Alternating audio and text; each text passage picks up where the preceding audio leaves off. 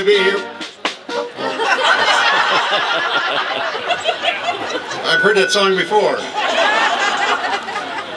It's an honor to be here today. It's an honor to be among you healthcare professionals who are trying to tell the members of Congress what is actually needed for the patients in this country, what's actually needed for all of us. I want you to know that 30 years ago, I was out in Montana campaigning to get Max Baucus elected to the United States Senate. That was back when he was a Democrat. It's interesting to watch the metamorphosis, watching the film of him the other day gaveling the Senate Finance Committee hearing to order. You know the scene, a group of healthy, wealthy, well-dressed, powerful, mostly men, sitting and harumphing importantly about an issue. This one was a hearing where stakeholders were invited to discuss the problems facing our healthcare system. I thought it seemed odd that the panel was all insurance company executives, lobbyists, and business types and didn't include a single payer proponent. Aren't they stakeholders?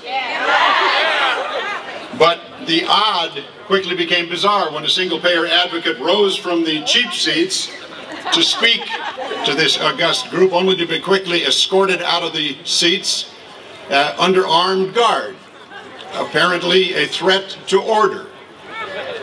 Then, after his chairmanship gavelled the room to silence and tried to dismiss the single-payer supporter as a crank, another quickly stood to raise the same questions. As she was pulled from the room, yet another rose to speak, and another, and another.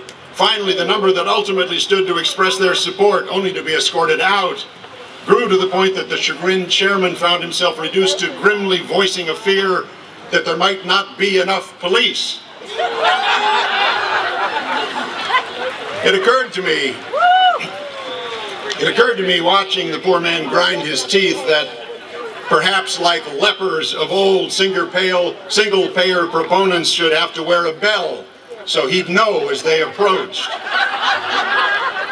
During the tumult, with the gavel crashing and the police taking away the unwelcome citizens, someone in the crowd whispered to another, "How many are there?"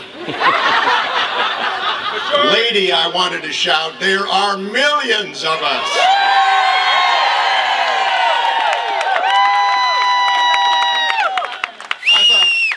I thought someone might have become confused watching that tone-deaf display of entrenched power about which country we were in. It's an odd thing to watch those who've been elected to serve the people become so wedded to the levers of power and money that they are somehow able to free themselves of the burden of vision. How is it that the health care of the citizens of this country have become a product, the access to which is determined by numbers crunchers and profiteers? By whose standard is it determined that the poor, the unemployed, and those deemed uninsurable and therefore invisible should suffer in misery and die because they don't fit within the margins of profit? The health of the people in this country, all the people in this country, is a primary part of the wealth of this country. And access to the proper care of that health should be recognized and treated as a fundamental human right. A single-payer system, call it Medicare for all, treats health care as a human right. God bless you for standing up to them.